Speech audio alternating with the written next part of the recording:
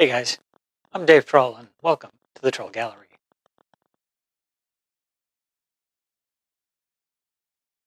One of my clients has a rental property that needed some work.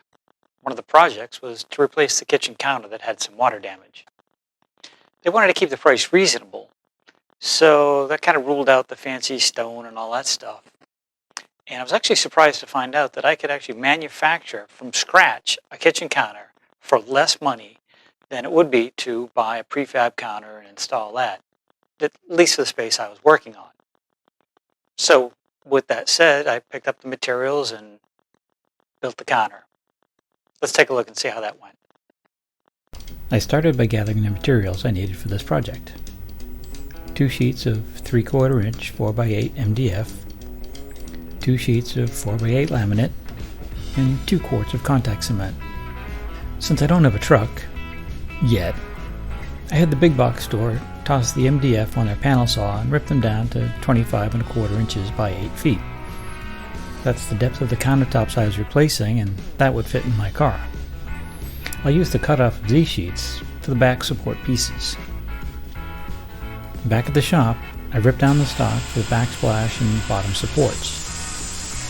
The backsplashes I ripped at 4 inches, and I'd need 2 8-foot lengths.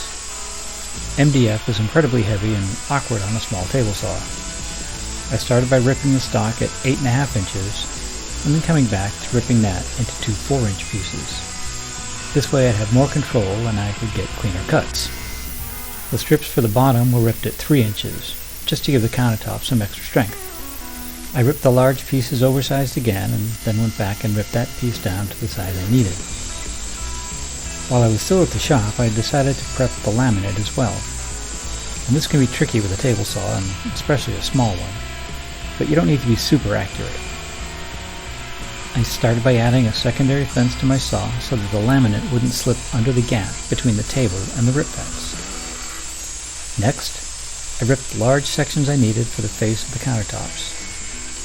Since the finished size was 25¼ inches, I chose to cut the laminate at 27. That gave me plenty of wiggle room for later. And speaking of wiggle, this stuff is so floppy that it was a challenge without lots of support. Another option is to break down the sheet with a circular saw, but I was stubborn and worked my way through it.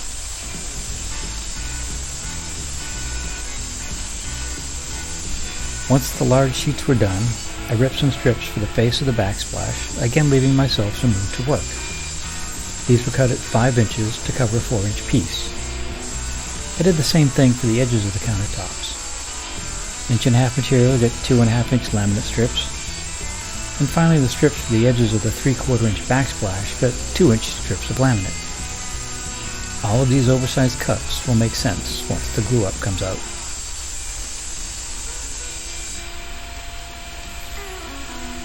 I loaded up all the parts and took them to the job site to assemble the countertop.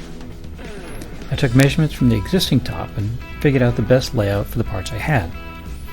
I then started laying out where the strips would go on the underside to best support the countertop. This counter was nearly 9 feet long, so I'd have to splice things together. I started with the long piece and cut it to the length I needed with a circular saw. In this case, the counter was 107 inches long, plus 25¼ inches left me with a piece that was 81 3/4 inch. I cut the second side of the L to complete the length of the main countertop. I started to build up the underside by adding 3-inch strips to the front and back of the long piece of the counter. I let it overhang on one end by 25¼ inches, where it would help support and tie together the 2 parts of the countertop. I used wood glue and 1¼ finish nails to hold it in place. I made sure to keep the edges as close to flush as I could, although I did let the underside piece hang just a bit proud so I could come back later and trim it flush to the top. I added 2 short pieces on the underside to finish the front and back edges. After marking out where the edges of each cabinet were and where the sink was going, I added in extra support pieces running between the front and back support strips. These provide extra strength and support once the counter is on the cabinets. I can now place the second countertop section in place, mark the locations for the cross pieces and add them as well. Where the two sections of countertop meet, I used a 6-inch wide piece to give me some extra support and gluing area for the joint. But for now, that was only attached to the long side. This thing's getting pretty heavy and I still have a bit of work to do. Now that all the support strips are in place, I can use a flush trim bit in my router and trim the edges smooth.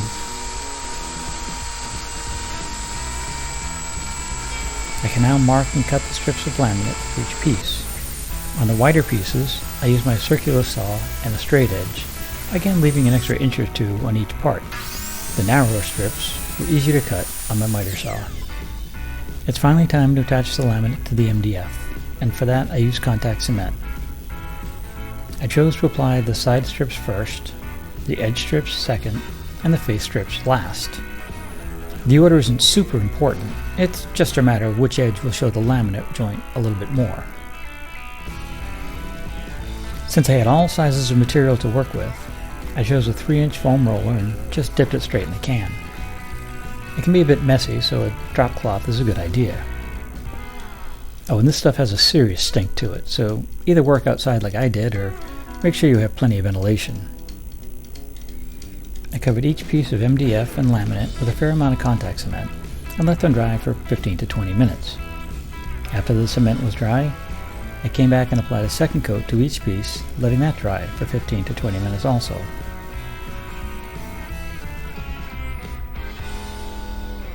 When the second coat was dry, it was time to adhere the two pieces together.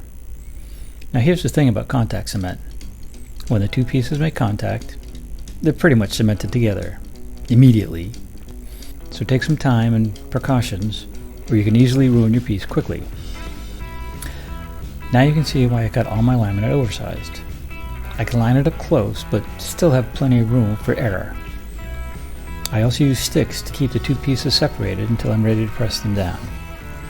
Put the sticks on the MDF substrate, place the laminate on the sticks, and make any adjustments necessary until the laminate is in the proper location. You can start in the middle if you like, or like I did, start at one end and work towards the other. Remove the first stick, press the laminate to the substrate, then remove the next strip, and so on. Then come back with a J-roller to squeeze out any air bubbles and to strengthen the bond between the two pieces. Once all of the MDF pieces have their first piece of laminate, you can trim them flush. I used a router with a flush trim bit for this. If my router looks a bit weird, it's because it usually lives in a router table, so I remove the handles. This way it's kind of like using a trim router, just bigger and, heavier. You can now repeat the process of glue, dry, layout, and press for the next side of your countertop. Again, using your router, trim up the excess laminate. I did forget a step on the second process, but I remembered it for the third glue up.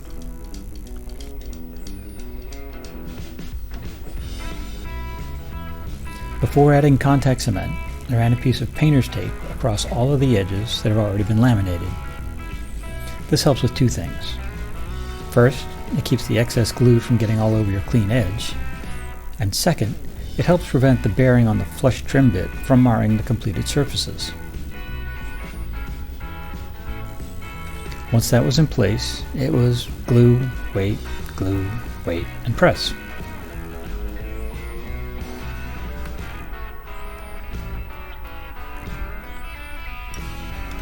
The pieces got their final cleanup with a trim router, and I used any sharp edges with a file. Any excess glue on the faces can be cleaned up with a little bit of mineral spirits. The next step was to mark out and cut the holes for the sink. New sinks come with a template, but I was reusing the existing sink. I took some careful measurements and laid it out on the new countertop. I like to use blue tape and a ballpoint pen for my layout lines. The tape gives me some protection on my new laminate, and the pen shows up better on the tape than pencils do. To begin the cutout, I used a 2 1/8-inch hole saw to define the corners. To cut the straight lines, you can use a jigsaw, but I realized that going through 1.5 inches of MDF My jigsaw would take forever, so I switched over to my circular saw. Just start with a plunge cut and carefully follow your layout lines and make sure you don't overcut the corners. Come back after your 4 sides are cut and finish the corners with a jigsaw or a handsaw. It's finally time to take all the parts we've been working on and start connecting them into one solid countertop. If you're young and strong, or if you have help, you can build the countertop on the floor or on a bench and set it in place in one piece. I'm neither young nor strong and I work alone, so I went with plan B.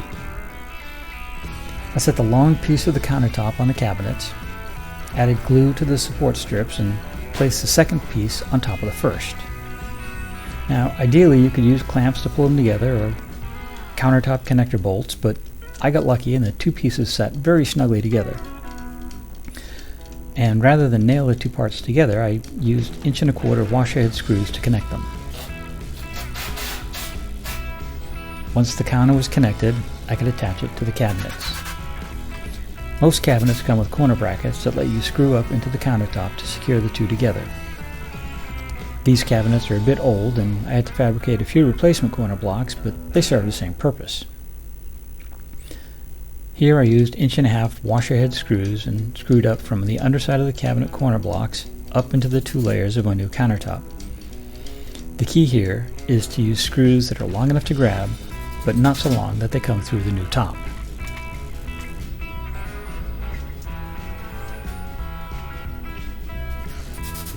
With the counter attached to the cabinets, I can install the sink. I started with a bead of silicone to keep it watertight, and I added painter's tape around the opening to minimize the cleanup.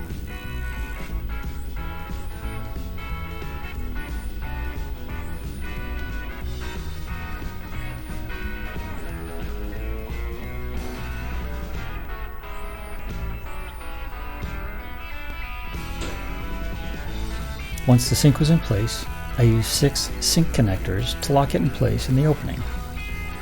Then it was time to reconnect the disposal, the water lines, and the drains.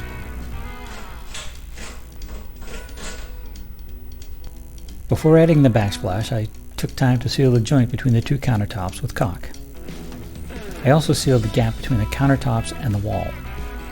This will help prevent water from seeping in between them and protect the MDF from water damage.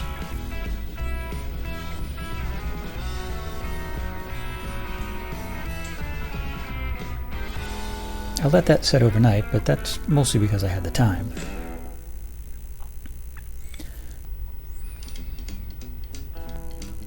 I chose to add the backsplash using construction adhesive and no mechanical fasteners.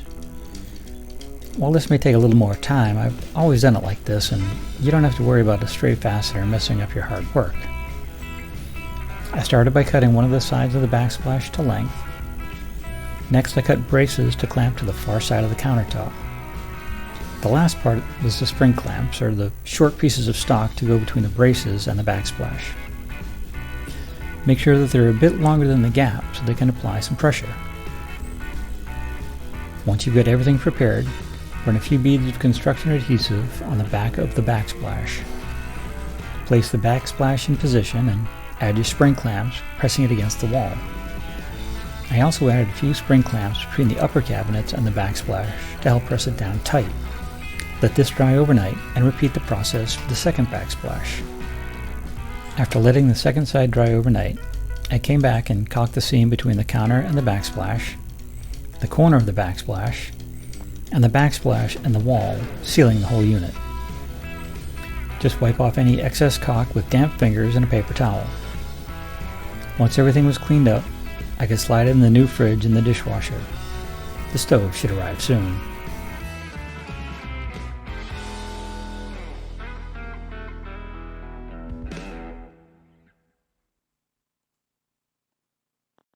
Projects like this have a fair amount of downtime in them while the contact cement dries or the caulking dries, but I use that time to do other projects around the house. With that said, even though I stretched this out over a couple of days, it was really only a few hours of work that went into this countertop. An alternate to what I did here would be to use a 5 foot by 12 foot piece of laminate, and that would have eliminated the seam. but it wasn't readily available in my area and we didn't want to wait. I'd love to hear what you thought about this video. Was there something I could have done better or efficiently, completely different? Please leave your thoughts in the comments below. I'd love to hear about them. If you enjoyed this video, please give us a thumbs up and maybe share it with your friends and family. If you'd like to see what's coming up in the future, hit that subscribe button and maybe that little bell so you get the notification every time I publish a new video.